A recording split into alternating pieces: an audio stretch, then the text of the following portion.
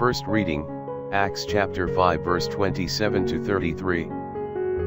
And when they had brought them, they set them before the council. And the high priest asked them, saying, We commanded you, that you should not teach in this name, and behold, you have filled Jerusalem with your doctrine, and you have a mind to bring the blood of this man upon us.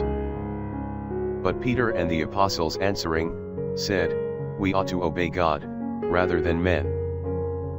The God of our fathers hath raised up Jesus, whom you put to death, hanging him upon a tree.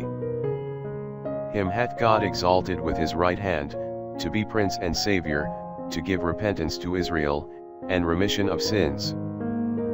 And we are witnesses of these things, and the Holy Ghost, whom God hath given to all that obey him.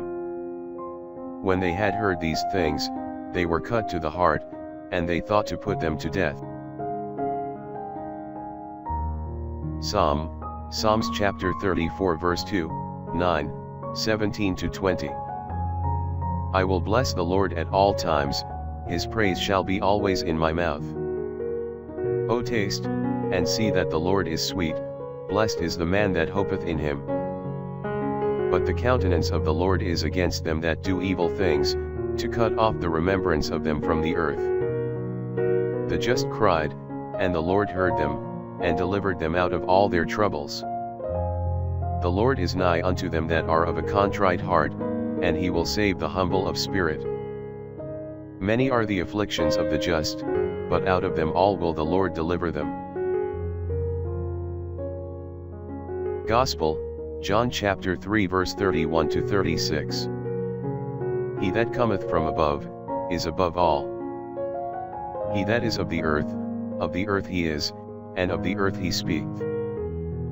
He that cometh from heaven, is above all. And what he hath seen and heard, that he testifieth, and no man receiveth his testimony. He that hath received his testimony, hath set to his seal that God is true.